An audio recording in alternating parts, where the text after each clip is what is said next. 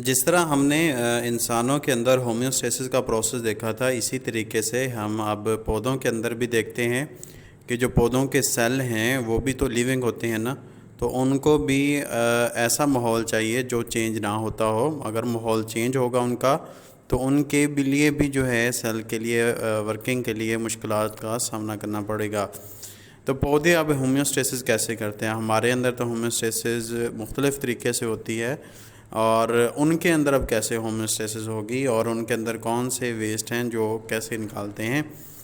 तो पौधे भी जो है वो माहौलियाती तब्दीलियों का उनको सामना करना पड़ता है, और वो माहौलियाती तब्दीलियों की वजह से माहौलियाती तब्दीलियों से मुराद है यहाँ पर जो वेदर चेंज होता है, विंटर है, समर है, ऑटम है, तो इनके अंदर भी वैसे मौसम के लिहाज से तब्दीलियाँ आती हैं। तो ये अपना अंदरूनी माहौल जो है उसको कांस्टेंट ही रखते हैं ताकि सेल सही तरीके से काम करते रहें। अब वो अपना अंदरूनी माहौल एक जैसा रखने के लिए मुख्तलिफ़ तरह के मेकानिज़म जो है वो अप्लाई करते हैं या अपनाए हुए हैं, ताकि अंदरूनी माहौल जो है वो एक जैसा रहे। और इसके लिए वो क्या करते हैं, जो अज़ाफ़ी पानी होता है और दूसरे केमिकल्स होते हैं उन मेकानिज़म के ज़रिए से निकाल देते हैं।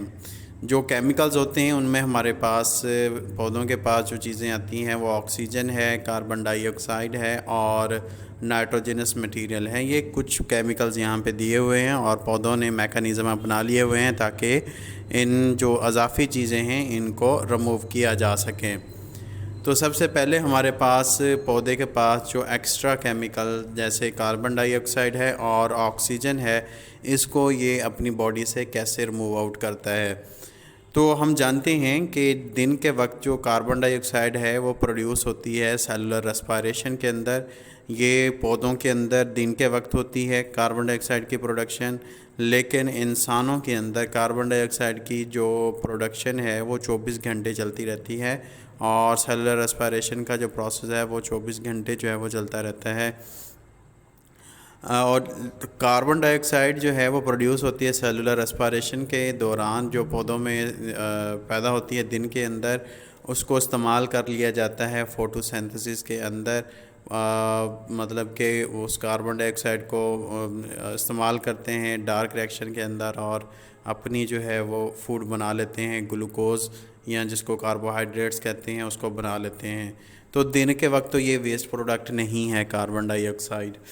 तो लेकिन जब रात का वक्त होता है तो जो पौधों के सेल हैं उनके अंदर रेस्पिरेशन हो रही होती है, तो जो एक्स्ट्रा हम उसके पास जो कार्बन डाइऑक्साइड होती है, तो वो क्या करते हैं, उसको रिमूव कर देते हैं टिश्यू सेल्स के ज़रिए बाय डिफ्यूजन।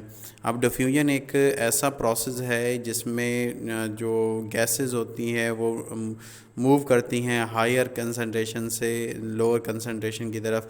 अब पौधे के अंदर जब उसकी कंसंट्रेशन कार्बन डाइऑक्साइड की बढ़ जाती है तो वो डिफ्यूज़ हो जाती हैं टिश्यू सेल से। तो जो लीव्स हैं और यंग स्टेम्स हैं, कार्बन डाइऑक्साइड उनके अंदर से निकलती है थ्रू स्टोमेटा के ज़रिए। तो जो यंग स्टेम है उनके अंदर भी, और जो हमारे पास जो लीव्स हैं उनके अंदर स्टोमेटा होते हैं। वैसे जो स्टेम्स होते हैं उसमें लेंटिसल्स होते हैं, इसमें पढ़ेंगे भी हम लोग अभी। तो उनके ज़रिए से जो है वो कार्बन डाइऑक्साइड को निकाल दिया जाता है। तो जो यंग रूट्स हैं, मतलब एक पौधा है अभी छोटा है, ग्रो कर रहा है, तो उसकी रूट्स तो यंग होती हैं बिल्कुल। तो कार्बन डाइऑक्साइड जो है वो उनकी जो रूट्स की जर्नल सरफेस होती है, जैसा कि रूट हेयर्स हैं उसके अंदर से जो है वो रिमूव आउट हो रही होती है। ऑक्सीजन जो है वो प्रोड्यूस होती है मेसोफिल सेल्स के अंदर ड्यूरिंग डे टाइम के अंदर। जब फोटोसिंथेसिस का प्रोसेस होता है तो वाटर की ब्रेकडाउन से ऑक्सीजन पैदा होती है।